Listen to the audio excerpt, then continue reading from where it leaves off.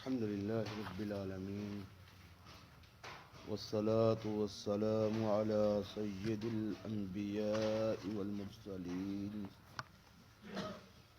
وعلى آله وصحبه أجمعين ومن تبعهم بإحسان إلى يوم الدين. أعوذ بالله السميع العليم من الشيطان الرجيم من حمزه ونفخه ونفسه. بسم الله الرحمن الرحيم.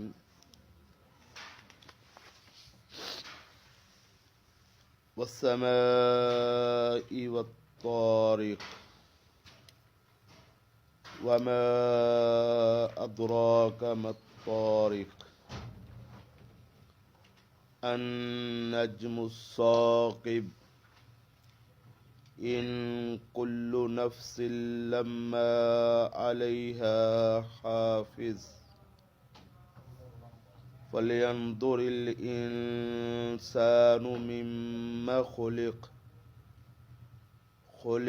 من ماء دافق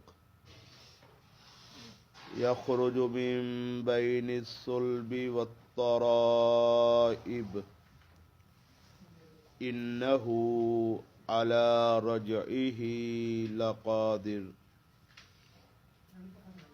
يوم تبلى السرائر فما له من قوة ولا ناصر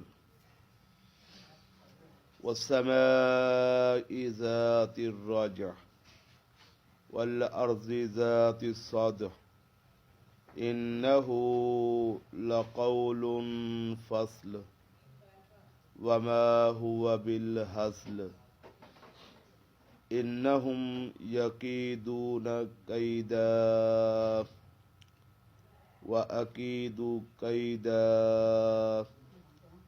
فمهل الكافرين أمهلهم رويدا. والسماء اور قسم ہے آسمان کی، والطارق اور رات کو آنے والے کی. طرق یطرق کا مطلب ہوتا ہے زور سے مارنا، اس طرح مارنا کہ آواز آئے، ایسا مارنا کہ زور سے جس کے ساتھ کیا آئے، آواز آئے. عربی زبان میں ایک لفظ بولا جاتا ہے مطرقۃن، وہ بھی اسی سے نکلا ہے. مطرقہ کس کو کہتے ہیں پتہ ہے کسی کو؟ کیوں جی؟ مطرقۃن ہتھوڑے کو کہتے ہیں. ہتھوڑے کو کیا کہتے ہیں؟ مطرقۃن. اس کو مطرقۃن اس لیے کہتے ہیں کہ زور سے مارا جاتا ہے. ہتھوڑے کا کام ہی کیا ہوتا ہے کہ اس کو مارنے والا زور سے مارتا ہے. طریق لفظ یہ بھی آپ نے سنا ہوگا، طریق. طریق کس کو کہتے ہیں کسی کو پتہ ہے؟ راستے کو. طریق راستے کو اس لیے کہتے ہیں کہ راستے پہ چلنے والے پاؤں زور سے مارتے تو کیا آتی ہیں؟ آوازیں آتی ہیں. راستے پہ جب گھوڑے چلتے ہیں، پیدل چلنے والے چلتے ہیں تو ان کے قدم جب زمین پہ لگتے ہیں، راستے پہ چلتے ہیں، روڈ پہ لگتے ہیں تو پھر کیا آتی ہیں؟ آواز آتی ہے. زور سے قدم مارتے نا وہ، تو زور سے قدم مارتے ہیں تو پھر کیا آتی ہے؟ آواز. اس لیے اس کو کیا کہتے ہیں؟ الطریق.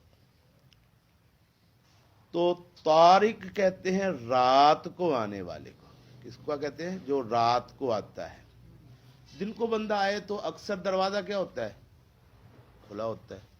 دن کو آنے والا دروازہ کھلا ہوتا ہے، اس کو دروازہ کھڑکانے کی ضرورت نہیں پڑتی. اور جو رات کو آئے تو دروازے کیا ہوتے ہیں؟ بند. پھر وہ کیا کرتا ہے؟ دروازہ کھڑکاتا ہے. تو بعض اوقات اپنے گھر والے نہیں اٹھتے، گوانڈی اٹھ کے آ جاتے ہیں کی ہوا ہے. تو اس لیے اس کو کہتے ہیں طارق کہ وہ دروازے کو مارتا ہے، زور سے مارتا ہے، اور اس سے کیا پیدا ہوتی ہے؟ آواز پیدا ہوتی ہے. تو رات کو آنے والے کو الطارق کہتے ہیں. والسماء اور قسم ہے آسمان کی.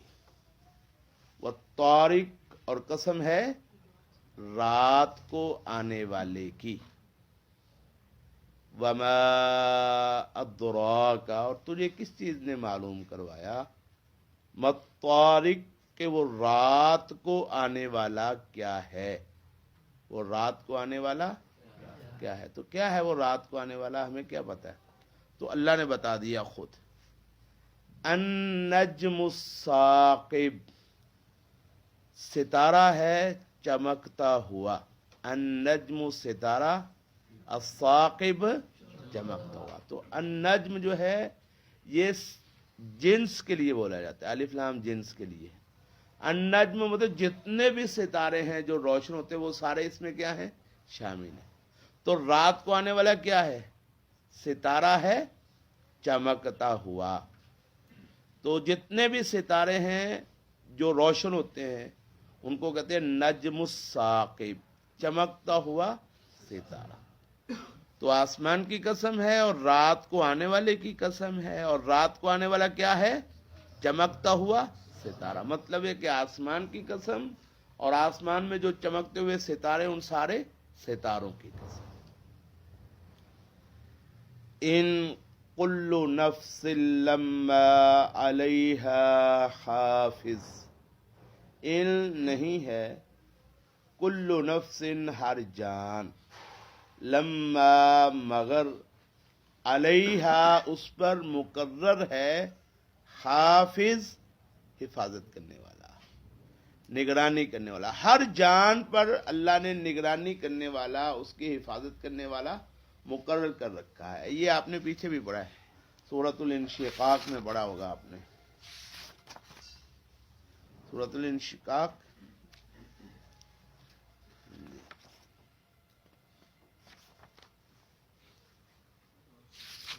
انشقاق کے انفطار، سورۃ الانفطار میں ہے، کلا بل تکذبون بالدین وان علیکم لحافظین، یقیناً تم پر مقرر کیے گئے ہیں، تم پر ہیں حافظین، حفاظت کرنے والے۔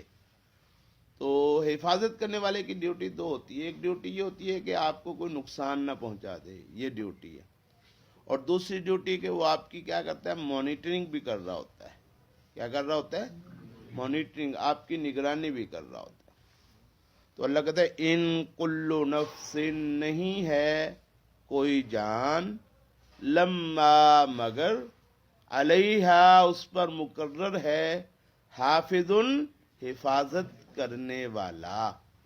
تو اللہ تبارک و تعالیٰ نے ہر انسان پر نگرانی کرنے والا اور حفاظت کرنے والا مقرر کر رکھا ہے۔ جب تک اس کو کوئی مصیبت اللہ رب العزت کی تقدیر میں نہیں لکھی ہوئی تو اس وقت تک وہ نگرانی کرنے والے نے اس کی کیا کرنی ہے، حفاظت کرنی ہے، اس مصیبت سے اس کی کیا کرنی ہے، حفاظت۔ اور جب لکھی ہوئی ہے تو پھر تو حفاظت کیا فائدہ ہو، وہ تو پھر اللہ کی طرف سے آنی ہے نا، اس کی حفاظت کیا ہو سکتی ہے۔ جب تک موت اس کے مقدر میں نہیں لکھی ہوئی اس وقت تک وہ جو حفاظت کرنے والا ہے وہ کیا ہے، اس کو موت سے بھی کیا کرتا ہے، بچاتا ہے۔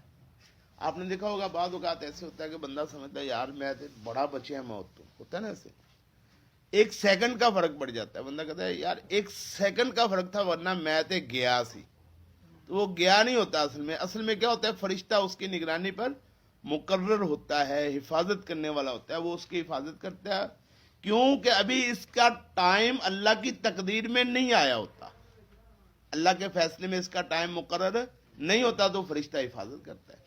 تو جب اللہ کی تقدیر میں ٹائم مقرر ہو جاتا ہے پھر کوئی حفاظت کرنے والا حفاظت کر ہی نہیں سکتا، کیونکہ پھر اللہ کی منشا یہی ہوتی ہے کہ اس پہ وہ مصیبت اور مشکل آ جائے۔ اللہ ہر ایک کی حفاظت کرنے والا ہے۔ تو حفاظت، نگرانی اللہ کی طرف سے ہے۔ تو جب اللہ رب العزت اس کو بچا رہا ہے، اس کی حفاظت کر رہا ہے، تو لازماً کس مقصد کے لیے حفاظت کی جا رہی ہے؟ اللہ نے پیدا کیا، پیدائش کے بعد اس کی حفاظت کے لیے باقاعدہ سیکیورٹی گارڈ اس پہ مقرر کر دیا، وہ اس کی حفاظت پہ متعین ہے، مسلسل اس کی نگرانی کر رہا ہے، مسلسل تو کس کے لیے حفاظت کر رہا ہے؟ اس کو بچا کے اللہ نے کیا کرنا ہے؟ اس کو بچا کے اللہ نے ایک خاص وقت تک کے لیے رکھنا ہے. اس وقت پر جب اس کو موت آئے گی، پھر اس موت کے بعد اس کو بچانے کا مقصد یہ ہے کہ دوبارہ اس کو حساب کتاب کے لیے پیش کیا جانا ہے. اگر ہر بندہ آنے والے کسی مصیبت کا شکار ہو جائے اور جو اس کے مقدر میں نہیں ہے اس کا شکار ہو جائے اور خام خام مارا جائے تو پھر حفاظت نہیں، تو پھر دوبارہ کھڑا کرنے کا اور پیدا کرنے کا جواز ہی نہیں. تو اللہ اس کی حفاظت کر رہا ہے، مسلسل نگرانی کر رہا ہے. کیوں کر رہا ہے؟ کہ دوبارہ قیامت کے دن اللہ نے اس کو دوبارہ زندہ کرنا ہے، دوبارہ کھڑا کرنا ہے، دوبارہ کھڑا کر کے اللہ نے اس سے سوال جواب کرنے ہیں، پوچھنا ہے. تو مقصد اس صورت میں بھی اللہ رب العزت قیامت کے بارے میں ارشاد فرما رہے کہ لازماً آئے گی. یہ اللہ کا ایک نظام ہے کہ اللہ ہر بندے کی حفاظت کر رہا ہے. کس لیے حفاظت کر رہا ہے؟ قیامت کے دن کے لیے حفاظت کر رہا ہے. بندہ جیل میں چلا جاتا ہے نا، مجرم جو مجرم ہوتا ہے وہ جیل میں جاتا ہے. تو جیل میں جانے کے بعد جو مجرموں کی ایک تو یہ ہوتا ہے بھاگ نہ جائے، اس لیے اس کی نگرانی ہوتی ہے. تو ایک اس کی نگرانی کا مقصد اور بھی ہوتا ہے. وہ کیا ہوتا ہے کہ کوئی اس کو نقصان نہ پہنچا دے. ہوتا ہے کہ نہیں ہوتا؟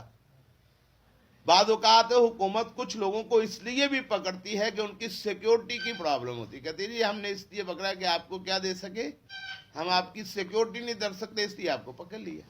تو پکڑ کے آپ کو ہم نے اپنی حفاظت میں رکھا ہے، حفاظتی حصار میں رکھا ہے. تو اللہ نے بھی حفاظتی حصار میں ہر بندے کو رکھا ہوا ہے. کس لیے؟ کہ اللہ نے اس دن کے لیے اس کو کیا کرنا ہے، پیش کرنا ہے، جب اس کا امتحان ہونا ہے اور جب اس کو سزا ملنی ہے یا انعام ملنا ہے. تو وہ جو یوم الدین ہے، جزا کا دن، بدلے کا دن، اس دن کے لیے اللہ ہر ایک کی حفاظت کر رہا ہے، ہر ایک کو بچا رہا ہے اور اس کو محفوظ کر کے اس دن تک پہنچا رہا ہے. والسماء، اور قسم ہے آسمان کی، والطارق، اور رات کو آنے والے کی، وما ادراک، اور کس چیز نے تجھے معلوم کروایا، مطارق، کہ وہ رات کو آنے والا کیا ہے. النجم الثاقب، وہ ستارہ ہے چمکتا ہوا. تو یہ چمکتے ہوئے ستارے کی اور آسمان کی قسم اٹھا کے جو اللہ نے کہا کہ ہر جان کے اللہ نے حفاظت کرنی، کیا ان میں مماثلت اور موافقت کیا ہے؟ اصل میں جتنے ستارے ہیں اللہ نے ان کو آسمان کی حفاظت کے لیے مقرر کیا ہوا ہے. یہ ستارے کس کی حفاظت کے لیے ہیں؟ آسمان کی حفاظت کے لیے. آسمان کی حفاظت یہ ہے کہ نیچے سے کوئی شیاطین اوپر نہ چڑھ جائیں، اس لیے حفاظت ہے. اچھا، اس لیے بھی حفاظت ہے کہ یہ شیاطین جو ہیں آسمان سے اترنے والی خبریں ان کو نہ چرا لیں. تو پیچھے بھی ایک صورت میں آپ سن کے آئے ہیں فَأَتْبَعَهُ شِهَابٌ ثَاقِبٌ، اس کو پھر شہاب ثاقب جو ہے، جو شرارت کرتے ہیں شیاطین اور جناب وہاں پہ جا کے آسمان کے بھید جو ہے ان کو چرانے کی کوشش کرتے ہیں، شہاب ثاقب پھر اللہ رب العزت ان کو مارتا ہے. اور یہ شہاب، یہ ستارے چمکتے ہوئے آسمان کی حفاظت. اللہ بتا رہے جیسے آسمان کی حفاظت کے لیے نگران اللہ نے بنائے ہوئے ہیں، ایسے ہی انسانوں کی حفاظت کے لیے بھی اللہ نے کیا بنائے ہوئے؟ نگران. وہ سورۃ البروج میں والسماء ذات البروج آپ نے پڑھا تھا. کیوں پڑھا تھا؟ البروج کا مطلب کیا ہوتا ہے کہ برجوں والے آسمان کی قسم. برج کیوں بنائے ہیں؟ ان کی نگرانی کے لیے. وہاں پہ چوکیدار اللہ نے بنائے ہوئے ہیں اور وہ چوکیدار آسمانوں کی حفاظت کے لیے بنائے. تو آسمانوں کی حفاظت ہو رہی ہے، اس کے لیے اللہ نے شہاب ثاقب اور ستارے چمکدار وہ مقرر کر رکھے آسمان کی حفاظت کے لیے. تو انسانوں کی حفاظت کے لیے اللہ نے کیا مقرر کر رکھے؟ فرشتے مقرر رکھے. ان کی ڈیوٹی لگائی ہے کہ انسانوں کی حفاظت کرنی. تو یہ ایک نظام ہے سارا. اتنا شاندار اور فول پروف جو بندوبست ہے، ایسے ہی ہے بلا وجہ. ایسے تو نہیں کہ اس کی کوئی وجہ نہیں، خام خواہ کا جناب یہ ایک اپنے آپ، جیسے وہ ڈارون کہتے ہیں کہ اپنے آپ یہ ایک نظام بن گیا، تھیوری ہے کہ بس اپنے آپ ہی سارا کچھ ہو رہا ہے اور جناب یہ خود کار طریقے کے ساتھ، آٹومیٹک طریقے کے ساتھ سارا کچھ ہے. بھائی آٹومیٹک طریقہ بھی کوئی اپنے آپ نہیں ہوتا، اس کو بھی آٹومیٹک کرنے والا کوئی ہوتا ہے کہ نہیں ہوتا. تو اس سارے سسٹم کو اللہ رب العزت نے بنایا ہوا ہے اور یہ ایک باقاعدہ شاندار سسٹم ہے. کس لیے؟ انسانوں کو یوم الحساب تک پہنچانے کے لیے. اللہ اس وقت تک اس کی کیا کرتا ہے؟ حفاظت کرتا ہے. فَلْيَنْظُرِ الْإِنسَانُ مِمَّا خُلِقَ، بس دیکھے انسان، مما، یہ اصل میں تھا من ما، من سے، ما کس سے، مما کس چیز سے، خلقا اس کو پیدا کیا گیا. فَلْيَنْظُرِ الْإِنسَانُ، تو انسان کو دیکھنا چاہیے، انسان دیکھے، مما خلق، کہ وہ کس چیز سے پیدا کیا گیا ہے. خلقا اس کو پیدا کیا گیا ہے، مما ان ایسے پانی سے، دافقن جو اچھلنے والا ہے، جو مادہ حیات ہے جس کے ساتھ انسان کی پیدائش ہوتی ہے، وہ مادہ حیات جسم سے اچھل کے نکلتا ہے، تو اس کو پیدا کیا گیا ہے ایک اچھلنے والے پانی سے. یخرج، وہ پانی نکلتا ہے، من بین الصلب، پشت کے درمیان سے، والترائب، اور پسلیوں کے درمیان سے.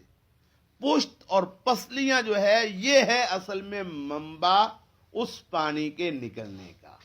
وہ جو اچھلنے والا پانی ہے جس کے ساتھ انسان کی پیدائش ہوتی ہے، اس کا اصل میں منبع، جو اس کی اصل جگہ ہے، وہ کون سی ہے؟ یخرج، نکلتا ہے، من بین الصلب والترائب، انسان کی پشت اور پسلیوں کے درمیان سے. آج کل حکیم کہتے ہیں اور ڈاکٹر کہتے ہیں کہ یہ جو پانی ہے یہ پیدا ہوتا ہے اس کے خصیتین سے، وہاں یہ بنتا ہے. تو ٹھیک ہے، بات وہاں بنتا ہے، لیکن ان کی اصل جگہ کیا ہے؟ ان کی اصل جگہ بھی وہ اس کی پسلیوں کے اور پشت کے درمیان ہے. پیدائش سے پہلے وہ وہیں پہ ہوتے ہیں، تو پیدائش کے بعد چونکہ جسم کی حرارت زیادہ ہوتی ہے، ان کے لیے نقصان دہ ہوتی ہے، اس لیے اللہ تبارک و تعالیٰ اس کو کیا کرتا ہے؟ باہر نکال دیتا ہے. تو اصل جگہ وہی ہے. یہ سائنس بھی تسلیم کر چکی ہے، ڈاکٹر بھی تسلیم کر چکے ہیں کہ اس پانی کے اصل پیدا ہونے کی جگہ وہی ہے. کون سی؟ یخرج، وہ پانی نکلتا ہے، من بین الصلب، پشت کے درمیان سے، والترائب، اور انسان کی پسلیوں کے درمیان. فَلْيَنْظُرِ الْإِنسَانُ، چاہیے کہ دیکھے، پس دیکھے انسان، مما خلق، کس چیز سے اس کو پیدا کیا گیا ہے. خلقا اس کو پیدا کیا گیا ہے، مما ان ایسے پانی سے، دافقن جو کہ اچھلنے والا ہے. اب یہ اللہ کا کمال نہیں ہے کہ پانی پہ اس نے کیسی شاندار صورت بنا دی ہے. ایک پانی کے قطرے سے اس نے اس کی صورت بنا دی ہے. صرف صورت نہیں بنائی، صورت بھی بنا دی اتنی خوبصورت، جسم بھی بنا دیا اتنا شاندار اور متناسب، اور پھر اس میں عقل بھی پیدا کر دی. عقل پیدا کی نا اللہ نے، عقل اور سمجھ اور شعور بھی پیدا کر دیا. آپ کہیں گے عقل کی عمر تو زیادہ ہوتی ہے، بھائی جب بچہ پیدا ہوتا ہے تو اسی وقت اللہ نے عقل پیدا کر دی کہ نہیں کر دی؟ اب عقل جتنی ضرورت ہے اس کے مطابق اللہ دے رہا ہے. اس وقت کیا عقل ہوتی ہے کہ اس کو جناب ماں کے دودھ کے پاس کرو تو منہ کھولتا ہے کہ نہیں کھولتا؟ پھر اس کو وہ ماں کا دودھ پینے کا طریقہ آتا ہے کہ نہیں آتا؟ تو یہ عقل ہے نا کہ اللہ نے اسی وقت جو اس کی ضرورت تھی اس کے مطابق اس کو کیا دے دی؟ عقل دے دی. تو صورت بھی دے دی، جسم بھی دے دیا، متناسب جسم دے دیا جو خوبصورت تھا، شاندار تھا، اور پھر کیا دے دی؟ عقل اور شعور بھی دے. تینوں چیزیں دے دی. کس کو دے دی؟ خلق من ماء دافق، پانی کے قطرے سے اللہ نے اس کو پیدا کیا، اور پھر یہ سارا. اچھا، جو اللہ پانی کے ایک قطرے سے اس کو پیدا کر کے یہ سارا کچھ دے سکتا ہے، پانی کے ایک قطرے کو اللہ صورت دے سکتا ہے، بڑا خوبصورت بنا سکتا ہے، پانی کے ایک قطرے کو اللہ رب العزت شاندار متناسب جسم دے سکتا ہے، اور پانی کے ایک قطرے سے اللہ رب العزت اس کی سوچنے سمجھنے کی صلاحیت، غور و فکر کی وہ قوت اور طاقت، اور اس کی عقل اور اس کا شعور، یہ سارا کچھ اللہ پانی کے ایک قطرے سے جو دے سکتا ہے، تو کیا خیال ہے وہ بے بس ہو جائے گا کہ اس کو دوبارہ پیدا کرے؟ رسول اللہ صلی اللہ علیہ وسلم کی وہ حدیث آپ کو پہلے سنائی نا، حضرت ابو ہریرہ رضی اللہ تعالیٰ عنہ ارشاد فرماتے ہیں کہ نفختین 2 مرتبہ سور میں پھونکنے کو کہتے ہیں. سور میں پہلی مرتبہ پھونکا جائے گا اور پھر دوبارہ پھونکا جائے گا. 2 مرتبہ کے سور میں پھونکے جانے کے درمیان 40 کا وقفہ ہوگا. یہ حدیث تفصیل کے ساتھ آپ کو سنا چکا ہوں. تو تو 40 کا وقفہ ہوگا. پھر اس وقفے کے بعد دوسرے نفخے کے بعد پروردگار قبروں سے لوگ اٹھیں گے. کیسے اٹھیں گے؟ جیسے زمین سے پودا اگتا ہے. جیسے زمین سے کیا اگتا ہے؟ پودا اگتا ہے. تو جس طرح زمین سے پودا اگتا ہے نا، اس طرح لوگ اپنی قبروں سے نکلیں گے بھائی. وہ اگیں گے اور نکلیں گے اور پھر ان کو اللہ کے دربار میں پیش کیا جائے گا. اور اس کی ریڑھ کی ہڈی عجب الذنب، اس کی ریڑھ کی ہڈی میں ایک ٹکڑا ہوگا. ریڑھ کی ہڈی جو ہے اس ہڈی سے اللہ رب العزت اس کو کیا کرے گا؟ دوبارہ پیدا فرما دے گا، دوبارہ اگ جائے. وہ ہڈی ہوگی، اس ہڈی سے دوبارہ اس کا وہ جناب سارا جسم، اس کا گوشت اور اس کی ہڈیاں وہ نئے سرے سے اگ جائیں گی اور پیدا ہو جائیں گی. تو یہ انسان کو دیکھنا چاہیے کہ وہ کس سے پیدا کیا گیا. اس بات میں بھی دراصل اللہ وہی بات سمجھا رہا ہے کہ اگر اس کو وہاں سے میں پیدا کر سکتا ہوں، اس پانی کے قطرے سے اس کو پیدا کر سکتا ہوں، تو پانی کے قطرے سے تو اس کی حیثیت ہی نہیں نا. دوبارہ پھر اس کی مٹی سے یا دوبارہ اس کی ہڈی سے، اگرچہ وہ بھربری ہو چکی ہے، اس سے دوبارہ پیدا کرنا میرے لیے کیا ہے؟ پہلے سے زیادہ آسان ہے. اور یہ آسان اور مشکل کا معاملہ اللہ کے لیے نہیں ہوتا. کس کے لیے ہوتا ہے؟ بندوں کے لیے ہوتا ہے. اللہ کے لیے تو مشکل سے مشکل کام بھی وہ اور آسان سے آسان کام بھی ایک جیسا ہی ہے. کائنات کا مشکل سے مشکل کام اور کائنات کا سب سے آسان کام، اللہ کے لیے ان دونوں کی حیثیت کیا ہے؟ ایک. کہ اللہ نے ان دونوں کاموں کے لیے کیا کرنا ہے؟ اللہ نے کہا کون، انما امرہ اذا اراد شیئا ان یقول لہ کن. اللہ نے کہنا کن فیکن، ہو جا رہا ہے. تو یہ مشکل کام تو ہم دیکھتے ہیں کہ یار یہ ساری چھت گرانی ہے تو اس کے لیے 2 دن لگ جائیں گے مجھے ہیں، اور یہ قالین بچھانا تو یہ آدھے گھنٹے کا کام ہے. قالین بچھانا آسان ہے، چھت گرانا مشکل ہے. ہم سوچتے نا. تو اللہ نے وہ کام بھی اور یہ کام بھی دونوں کو کیا کرنا ہے؟ کون. اور وہ کیا ہو جا رہے ہیں؟ برابر ہو گیا نا. تو اللہ کے لیے مشکل سے مشکل کام اور آسان سے آسان کام بھی ایک حیثیت. تمہیں سمجھا رہا ہے اللہ کہ تمہارے حساب سے، انسانوں کے حساب سے وہ پانی سے پیدا کرنا یہ زیادہ مشکل ہے کہ اس کے جو آثار ہیں، اس کی جو باقیات ہیں، ان باقیات اور آثار سے دوبارہ کھڑا کرنا یہ مشکل ہے. یہ تم حساب لگاؤ.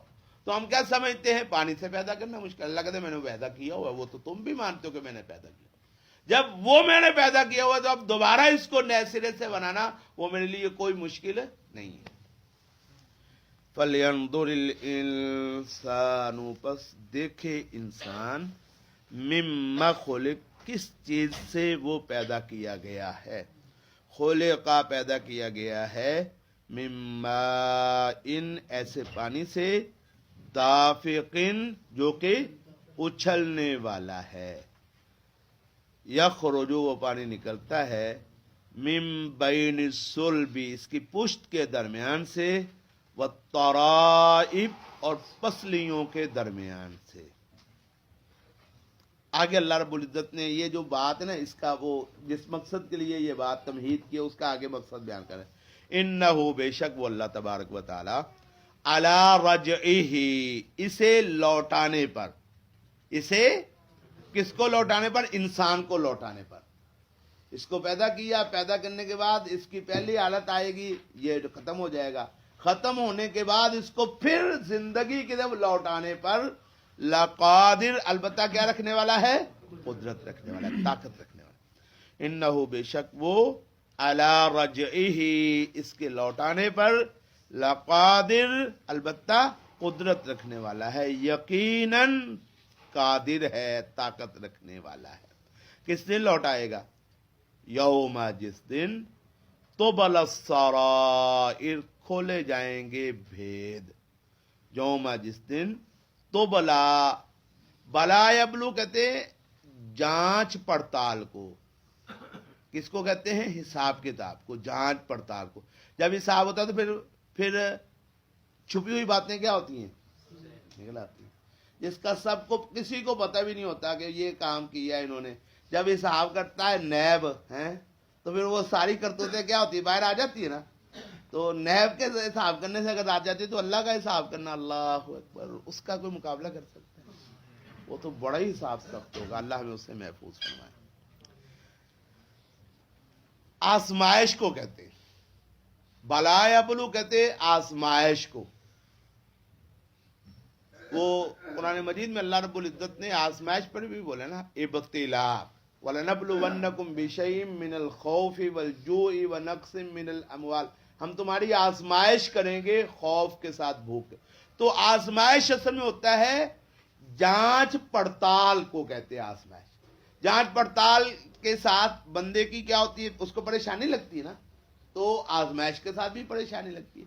اس لیے یہ ایک ہی لفظ آزمائش پر بھی بولا جاتا ہے, جانچ پڑتال پر بھی بولا جاتا ہے, اور ظاہر ہونے پر بھی بولا جاتی ہے. بلا یبلو اس کا مطلب اصل میں ہوتا ہے جانچ پڑتال. تو آزمائش کے لیے بھی استعمال ہو جاتا ہے, ظاہر ہونے کے لیے بھی یہ لفظ استعمال ہوتا ہے. یوم جس دن تو بلا جانچ پڑتال کی جائے گی. کس کی؟ السرائر چھپی ہوئی باتوں. سریرتن بھید کو کہتے ہیں. سریرتن کس کو کہتے ہیں؟ بھید کو.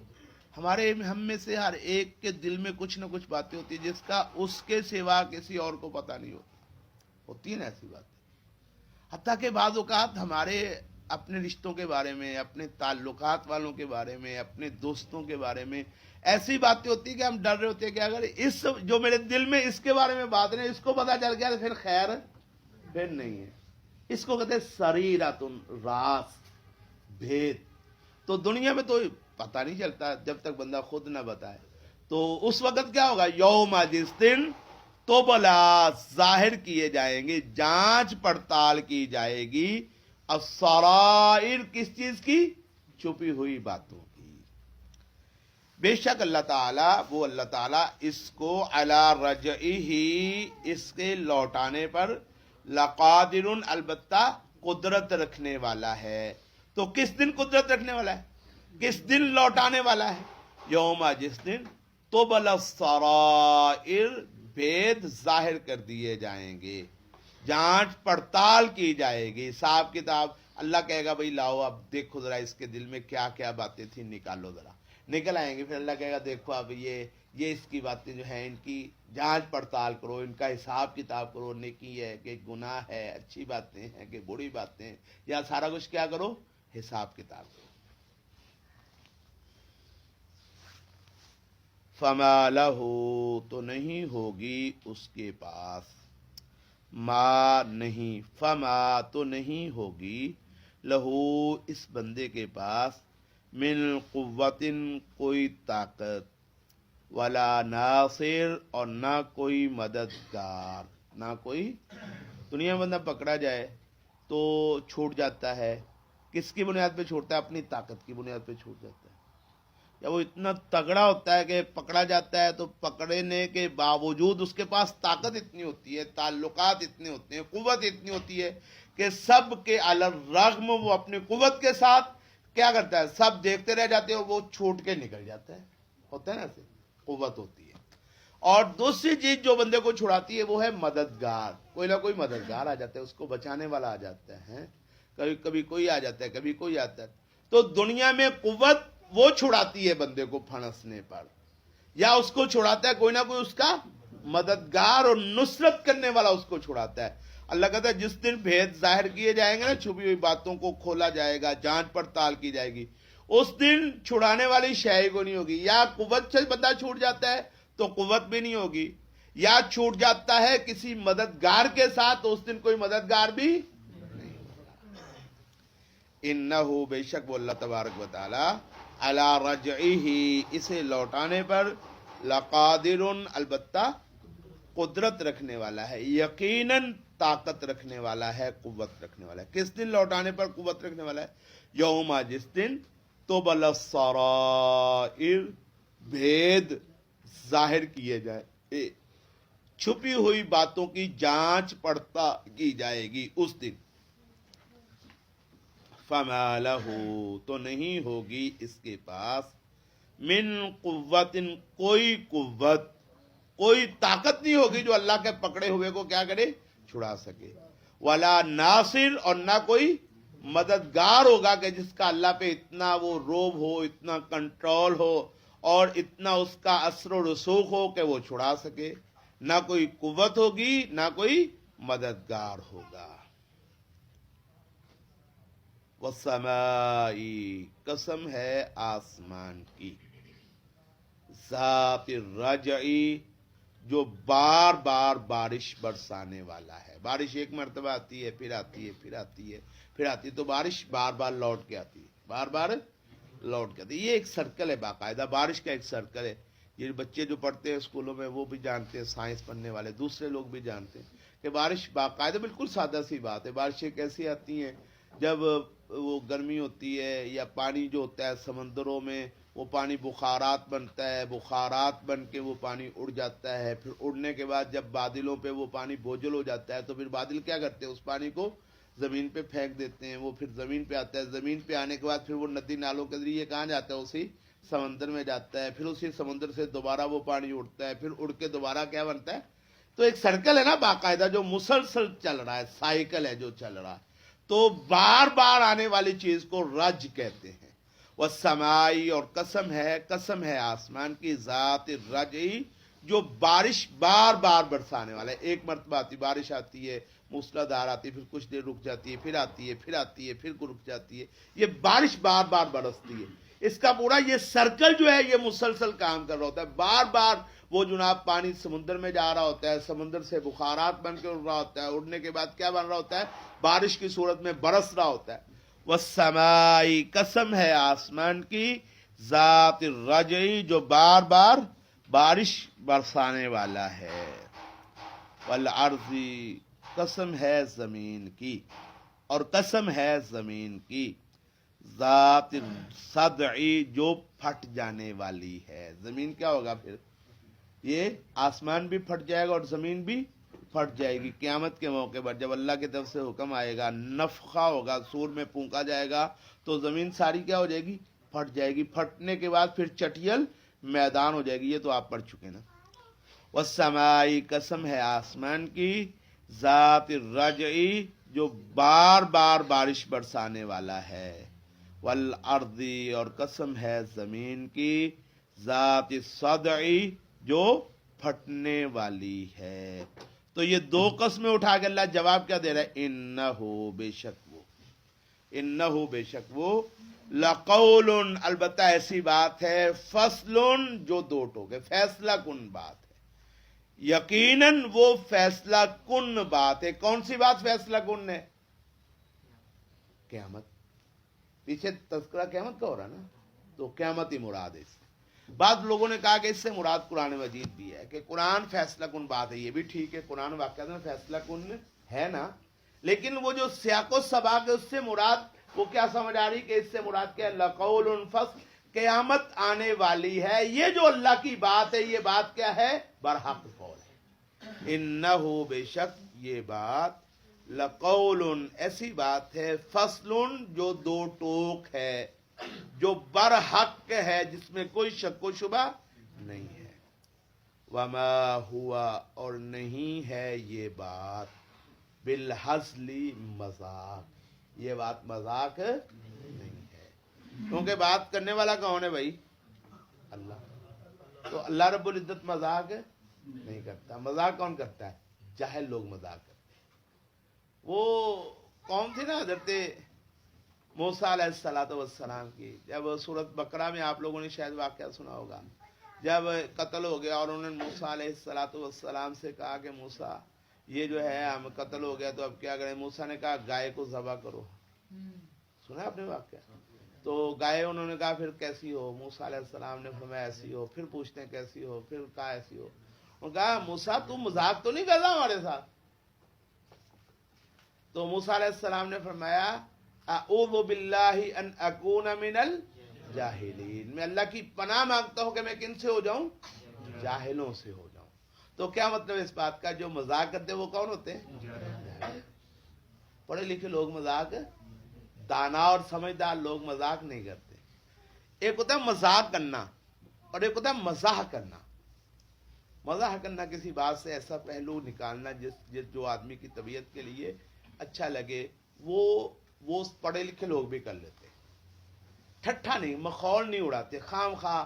یہ جو جوگتے ہیں آج کل چل رہے ہیں, جو بڑے شوق سے آپ لوگ دیکھتے ہیں رات 11 بجے 10 بجے 8-9 بجے, جناب یہ فلانا ٹیلی ویژن ہے, باقاعدہ پروگرام بنے ہوتے ہیں اور بڑا لوگ جناب ایسے خاموشی کے ساتھ دیکھ رہے ہیں. یہ ہوتی ہے جوگتے ہیں, اور یہ فضول ٹھٹھا بکواس ہوتا ہے. یہ جاہل لوگوں کا طریقہ ہوتا ہے, مذاق ہوتا ہے. یہ ایک ہوتا ہے اچھی سی بات کرنا جس میں جھوٹ بھی نہ ہو, جس میں کسی کی توہین بھی نہ ہو, جس میں زیادتی بھی نہ ہو, غلط بیانی بھی نہ ہو, سچ اور حقیقت ہو, اور اس میں کوئی پہلو ہو جس سے انسان کی طبیعت کیا ہو سکے, اس سے لطف اٹھا لے, تو یہ جائز ہے. نبی کریم علیہ الصلوۃ والسلام کے پاس ایک آدمی ہے نا, جہاد کی تیاری کے لیے, کہتا ہے اللہ کے رسول صلی اللہ علیہ وسلم مجھے اونٹ دیجیے, میں سواری دیجیے, میں میدان جہاد میں جانا چاہتا ہوں. رسول اللہ صلی اللہ علیہ وسلم نے اس کو اونٹنی کا ایک بچہ دے دو. اب وہ کہتا ہے یا رسول اللہ میں اونٹنی کے بچے کو کیا کروں گا, میں تو جہاد کے میدان میں جانا چاہتا ہوں, لڑنا چاہتا ہوں اس کے ساتھ, تو اونٹنی کا بچہ میں کیا کروں گا, کتنی دیر ڈال لگاؤں گا اس کو پالنے کے لیے, جوان کر. اور میں وہ جو اونٹ ہوتا ہے وہ بھی تو کیا ہوتا ہے, اونٹنی کا بچہ ہی ہوتا ہے کہ باپ ہوتا ہے اونٹنی کا, باپ بھی ہوتا ہے بھائی, باپ بھی ہوتا ہے بچہ بھی ہوتا ہے. ہر بچہ باپ بن جاتا ہے, اور باپ حقیقت میں کیا ہوتا ہے, بچہ ہی ہوتا ہے. یہ بھی اصولی بات. اللہ کے رسول صلی اللہ علیہ وسلم کے پاس ایک بوڑھی عورت آئی, کہتی ہے یا رسول اللہ سے دعا کیجیے کہ اللہ مجھے جنت میں جگہ عطا فرمائے. ہمیں ابھی بھی بوڑھی عورتیں جنت میں نہیں جاتی, دو ٹوک بات کرتی ہے. وہ رونے لگی. رسول اللہ میں پریشان کیوں ہوتی ہوں, جتنی بھی عورتیں ہیں وہ جنت میں کیا بن کے جائیں گی, بوڑھے لوگوں کا جنت میں داخلہ منع ہے بھائی, بابا جی بوڑھے لوگوں کا جنت میں داخلہ منع ہے. ہاں انشاءاللہ وہ جوان ہو کے جائیں گے, اللہ ان کو کیا دے گا, قوت اور طاقت اور جوانی عطا فرمائے گا, وہ جوان ہو کے جنت. بڑھاپا تو بھائی دنیا میں ہو یا جنت میں ہو بے لذت ہوتا ہے, سوائے اس کے جس پہ اللہ کی خاص رحمت ہے نا اس کے, ورنہ وہ بھی بڑھاپا اصل میں ہوتے نہیں ہے. بڑھاپا جب اصل میں آ جائے نا, وہ جس عمر کے بارے میں رسول اللہ نے فرمایا اعوذ بک من ان ارد الی ارذل العمر, وہ جو عمر ہے نا وہ ذلیل عمر, وہ بے لذت ہے, جس کی بھی ہو وہ بے لذت. اللہ ہمیں اس عمر سے بھی بچائے. تو جنت میں کوئی بے لذت کام تو نہیں ہوگا نا, تو اس لیے جنت میں سارے کیا ہوں گے, جوان ہو کے جائیں گے. تو اس طرح کا جو مزہ ہوتا تھا رسول اللہ بھی فرما لیا کرتے تھے. لیکن آپ کے مذاق کی خصوصیت کیا ہوتی تھی کہ اس میں جھوٹ نہیں ہوتا تھا, اس میں غلط بیانی نہیں ہوتی تھی. ایک اور خصوصیت ہوتی تھی کہ اس میں کسی کی حد کے عزت نہیں ہوتی تھی.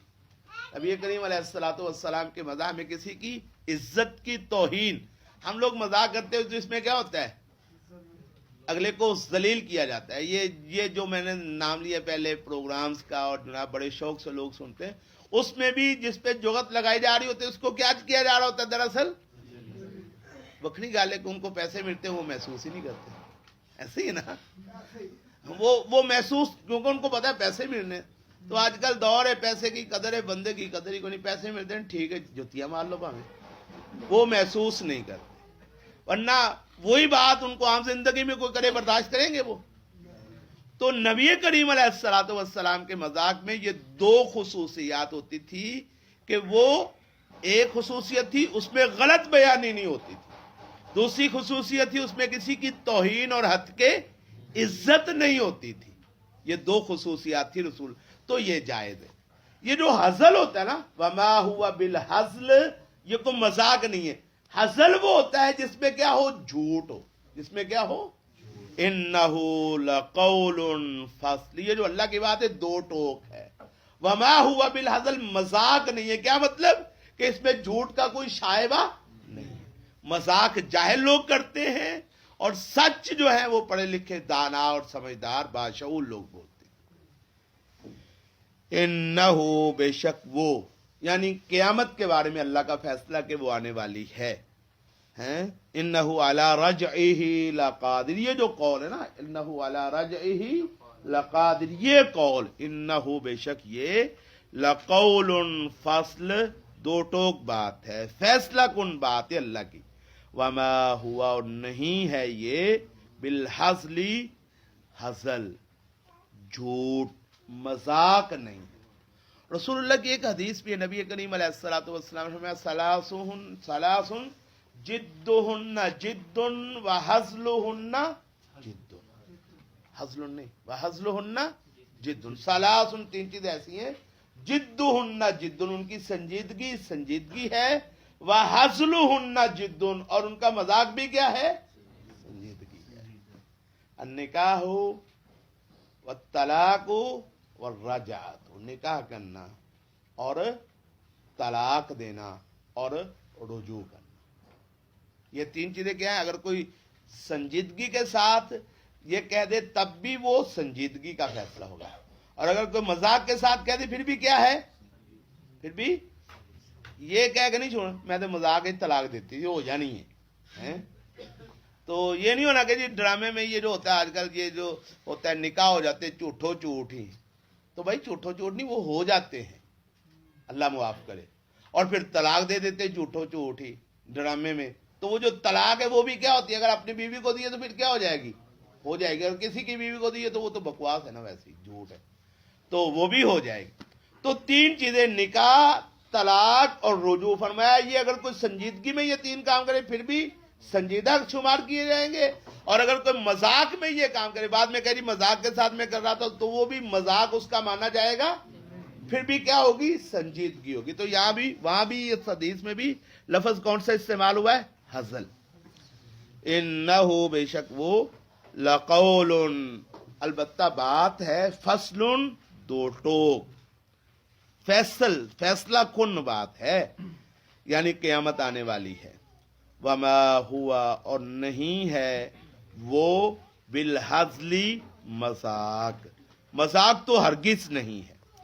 انہم بے شک وہ کافر، یکیدون خفیہ تدبیر کرتے ہیں، کیدن خفیہ تدبیر کرنا، انہم بے شک وہ کافر، یکیدون خفیہ تدبیریں کرتے ہیں، قیدا ایک خفیہ تدبیر، وعقیدو اور میں بھی خفیہ تدبیر کرتا ہوں، قیدن خفیہ تدبیر، تو یہ بھی تدبیریں کر رہے ہیں اور میں بھی کیا کر رہا ہوں، تدبیر کر رہا ہوں۔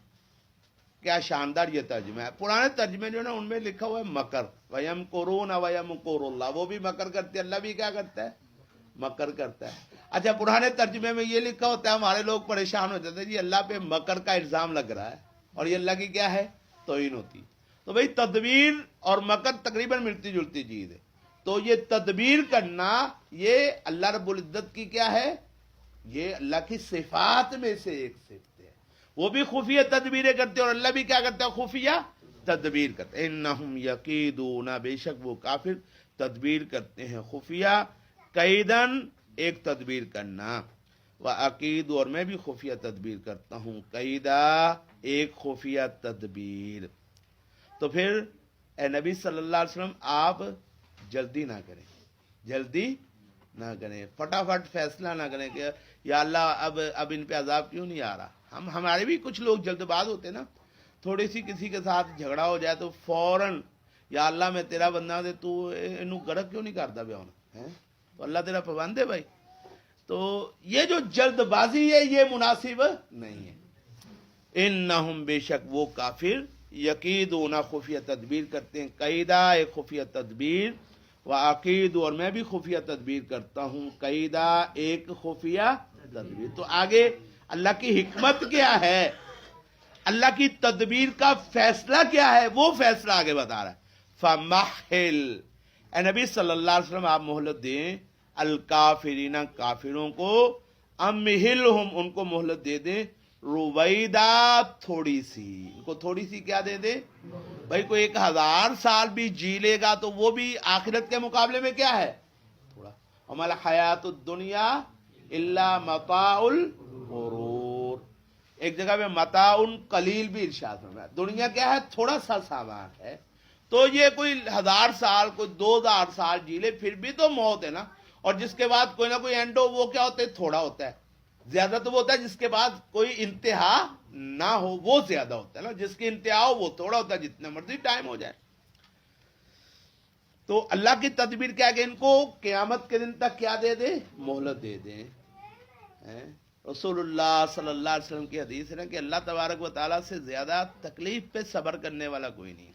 جتنا اللہ اپنی تکلیف پہ صبر کرتے نا اس سے زیادہ تکلیف پہ صبر کرنے والا کائنات میں کوئی نہیں. لوگ کہتے ہیں اللہ کا بیٹا ہے تو اللہ کو اس بات پہ غصہ بہت آتا ہے, لیکن اس کے باوجود اللہ اپنے بیٹا بنانے والوں کو کیا دے رہا ہوتا ہے؟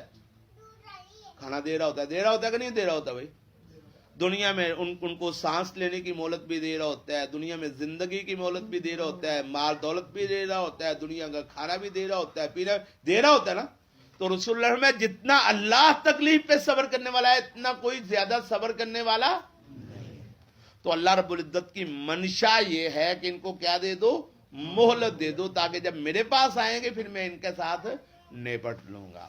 انہم بے شک وہ کافر یقیدون خفیہ تدبیر کرتے ہیں, قیدن خفیہ تدبیر, و عقید اور میں بھی خفیہ تدبیر کرتا ہوں, قیدہ خفیہ تدبیر, فمحل الکافرین تو آپ ان مہلت دے دیں کافروں کو, ہم مہلہم ان کو مہلت دے دیں, رویدہ رود کہتے تھوڑی سی چیز, رود کہتے تھوڑی سی, اور روید ہے اس کی تصغیر, اس کی کیا ہے؟